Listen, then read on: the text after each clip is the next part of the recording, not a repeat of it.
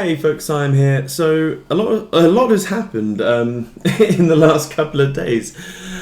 So as you may or may not have heard, we had one of the biggest. Well, no, we had the single biggest single day deleveraging event in crypto history. So to put this into perspective, here's just a random news article. It says crypto crash wipes out $2.2 billion, worse than FTX and Luna. That's actually incorrect. So what actually happened was that a lot of the exchanges were seeing how bad the data was, and so they were delaying the API feeds. So the first sort of estimates were about $2.2 billion worth of leverage trading being wiped out. It was actually $6 to $8 billion in a single day of leverage trading. So it was like, 4 times worse than FTX and Luna. And, this is what happened in 2021 when that did finally go pop. So yeah, it was worse than the COVID crash, etc., etc. Now, when you look at total crypto market cap of what happened, it dropped about 18.5%-ish, but it actually wiped out $641 billion in basically a day. In 2 days, it wiped out $641 billion, which is absolutely nuts. So I think overall, the whole portfolio for January suffered about an 18% drop.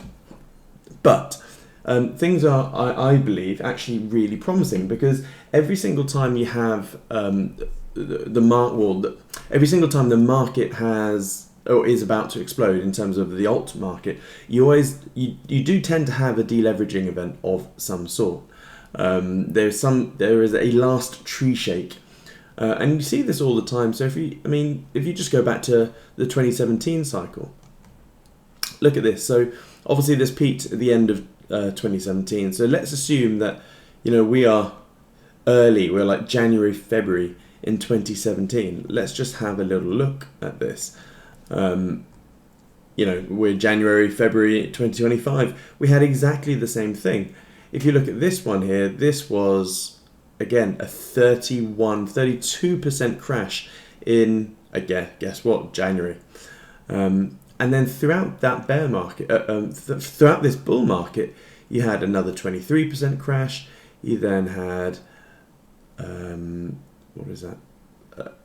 26-ish percent, whoopsie daisy, 26-ish percent crash. And then throughout the whole thing, you had, consistently big swings, like from up here to down here was a 38% crash. And then from up here to down here was a 32% crash.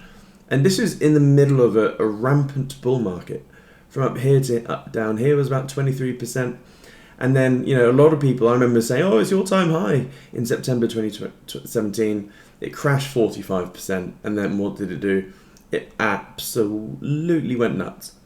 Crypto, like 95% of the move happens the last 5% of the time. And then, all the way up here, you got some wild swings. Again, 27%.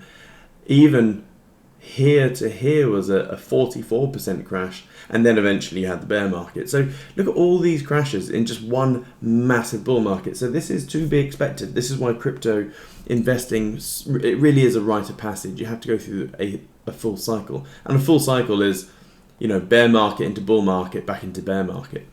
And again, if you go back to the 2021 cycle, there's lots of evidence saying that this was sort of a fake high, and this was the proper high. Harry did a really good piece on that at one of the cuddles. But either way, you had all of these, whether you think it's that one or the other one, you had similar-ish events. But again, look at what happened in January 2021. Oh, hello. We had something like this, a 28% crash.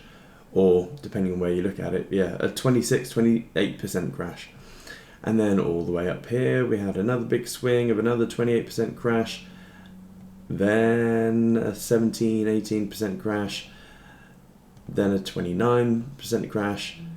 And again, middle of the bull market, you had a 55% crash.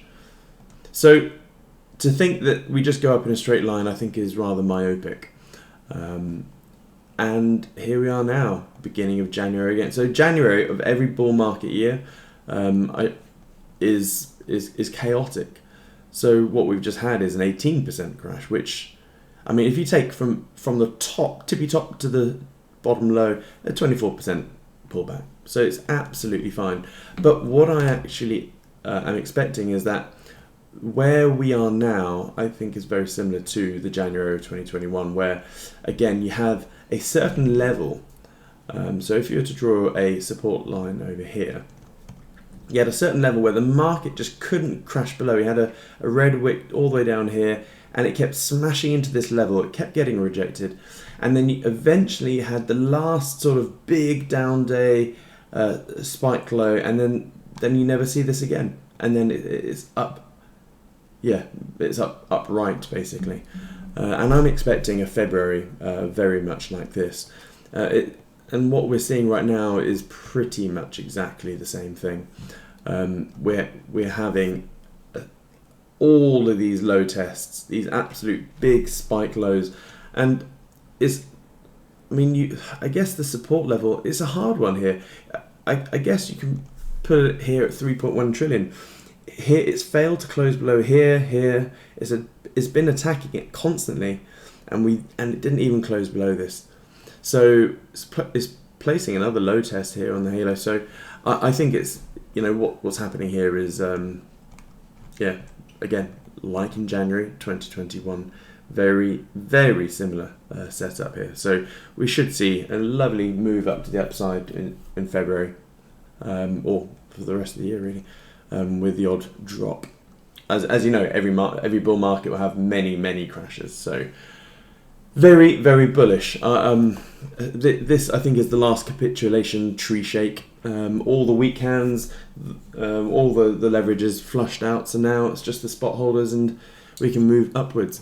It's a similar-ish picture to Tau. Tau, yeah, again, we did have a very big spike low. But yeah, I think it's for the accounts that I do leverage trading, those levered trades got wiped out. But yeah, hey ho.